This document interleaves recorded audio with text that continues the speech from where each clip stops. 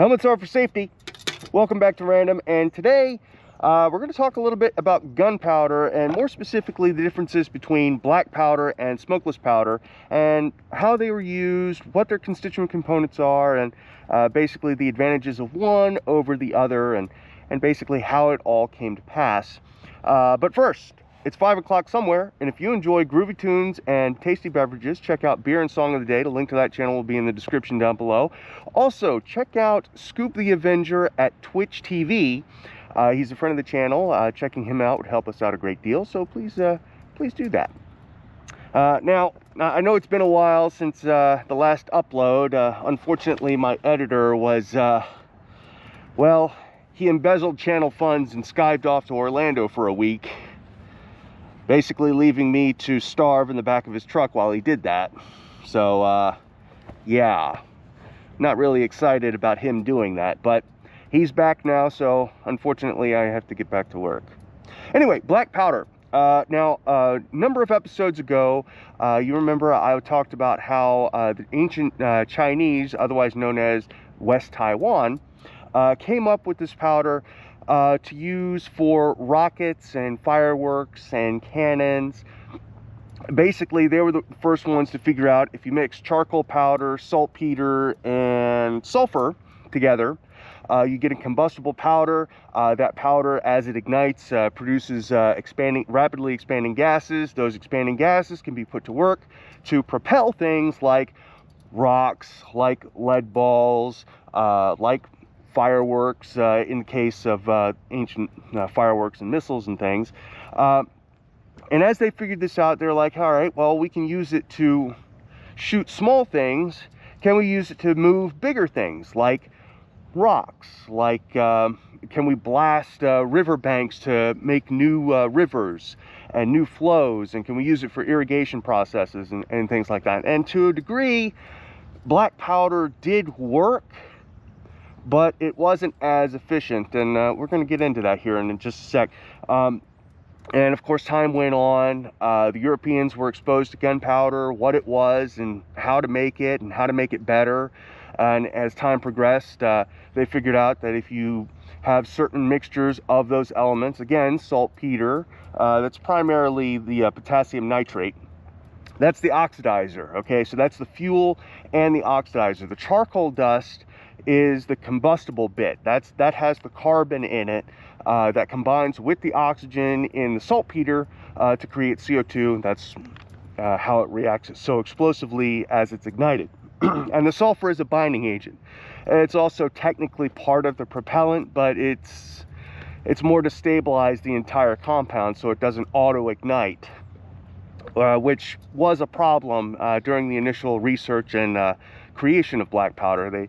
They were mixing the components together, the saltpeter and the charcoal, and friction would basically cause the entire composition to explode, and sulfur would help mitigate some of that. Not all of it, but enough of it to make it at least less hazardous to the mixer. So the ratio for those components, the constituent components of black powder, is 75 parts potassium nitrate, that's your saltpeter, 15 parts charcoal dust, that's your propellant dust, basically what you're burning to produce the carbon dioxide to propel whatever it is you want to propel, and your sulfur in 10 parts. Again, that's your binder and kind of your propellant as well. As it binds with the different components in saltpeter and the charcoal, it creates a sulfur gas that combines with its combustive force along with the CO2 that's also being produced in the chemical reaction, and pushing whatever it is you want wherever it is you want to go. Now, the big problem with black powder, it's really dirty, okay? And what I mean by dirty is, I mean it has a lot of other constituent components and compounds in it besides just your oxygen, your nitrogen, your CO2, your sulfur, and carbon. It's got a whole bunch of different things and a whole bunch of different ratios, and as it all combines together, it causes barrel fouling. Basically, stuff builds up inside of your barrel if you're using a rifle or a flintlock muzzle loader, or a wheel lock muzzle loader, or a matchlock, or any of the old firearms that used black powder as their propellant charge, basically what would happen is, over time, as you use black powder, more and more of these deposits will form in the barrel, causing it to foul, causing it to lose effective range, effective velocity, and basically, doesn't matter how much black powder you're pouring in, if the bullet won't go down the barrel with ease, it'll lose velocity, it'll lose range, and it won't be able to have the effect on your target that you want to have. So that's one of the big problems with black powder. The reason that we stopped using black powder as a demolition charge is because it is a slow-moving, propelling charge, whereas a high explosive is a very fast-moving reaction, creating a very fast-moving shock wave to push things. So things like ammonium nitrate and fuel oil, otherwise known as ANFO, a favorite in demolitions experts and mining contractors.